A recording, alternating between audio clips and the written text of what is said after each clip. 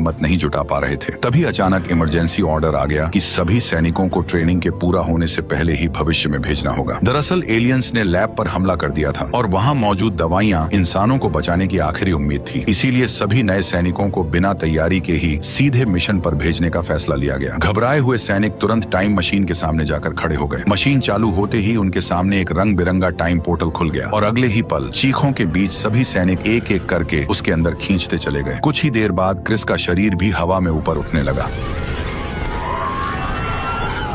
तभी ट्रांसपोर्ट में अचानक गड़बड़ी आ गई और पोर्टल जमीन की बजाय हजारों किलोमीटर ऊपर खुल गया। अगले ही पल सभी सैनिक बिना पैराशूट के आसमान से नीचे गिरने लगे। कई लोग तो गिरते ही अपनी जान गंवा बैठे, लेकिन क्रिस की किस्मत अच्छी थी। वह सीधे एक ऊंची बिल्डिंग के स्विमिंग पूल में जा गिरा। हालांकि उसके ऊपर दूसरे लोग भी आकर गिरे, फिर भी उसे ज्यादा चोट नहीं आई। पानी से बाहर आते ही क्रिस ने तुरंत आसपास बचे लोगों को गिनना शुरू किया, लेकिन वहाँ 100 से भी कम लोग जिंदा थे, जबकि ट्रांसपोर्ट किए गए लोग हजारों में थे। ऐसे में सवाल यही था कि इतने कम लोग उन खूंखार एलियंस से लड़ेंगे कैसे। तभी उनके कम्युनिकेशन डिवाइस पर हेडक्वार्टर से एक नया ऑर्डर आया। उन्हें तुरंत रिसर्च लैब पहुंचकर वहां बची हुई दवाइयां वापस लाने को कहा गया। इसी बीच क्रिस को इस मिशन का लीडर बनाया गया और उसे साफ चेतावनी दी गई कि समय बहुत कम है, क्योंकि सिर्फ 10 मिनट बाद एयरफोर्स पूरे शहर पर बम गिराकर एलियंस को खत्म करने वाली है। ये सुनते ही क्रिस अपनी टीम के साथ तुरंत लैब की तरफ निकल पड़ा। रास्ते में उन्हें हर तरफ सिर्फ इंसानों की लाशें ही लाशें नजर आईं। पीछे से कोई खतरा न आए, इसलिए 2 लोग वहीं रुककर निगरानी करने लगे। जल्द ही बाकी लोग रिसर्च बिल्डिंग तक पहुंच गए, जहां उन्हें दीवारों में धंसे एलियंस के कांटे और छत से लटकती दर्जनों लाशें दिखाई दी। ये देखकर साफ हो गया कि एलियंस आसपास ही मौजूद हैं, इसलिए क्रिस ने तुरंत दवाइयां ढूंढनी शुरू कर दी। उधर एयरफोर्स भी बमबारी के लिए बिल्कुल तैयार थी, जिस वजह से क्रिस के पास मिशन पूरा करने के लिए 5 मिनट से भी कम समय बचा था। किस्मत से उसे दवा मिल गई और हेडक्वार्टर ने तुरंत रेस्क्यू टीम भेज दी, लेकिन बाहर निकलते ही पता चला कि एंट्रेंस को एलियंस पहले ही घेरे हुए हैं। इसलिए क्रिस बिना देर किए पूरी टीम को लेकर सीधे सीढ़ियों की तरफ बढ़ गया। हालांकि अब उन्हें बाहर निकलने का रास्ता मिल चुका था, लेकिन फिर भी हर कदम पर सावधानी बरतनी जरूरी थी, क्योंकि वे अब भी एक बेहद खतरनाक इलाके में फंसे हुए थे। तभी ऊपर नजर रख रहे सैनिक को छत पर कुछ अजीब रेंगता दिखा। क्रिस ने टॉर्च ऊपर की और अगले ही पल सबके होश उड़ गए, क्योंकि उनके ठीक ऊपर वही खतरनाक एलियंस छिपे बैठे थे।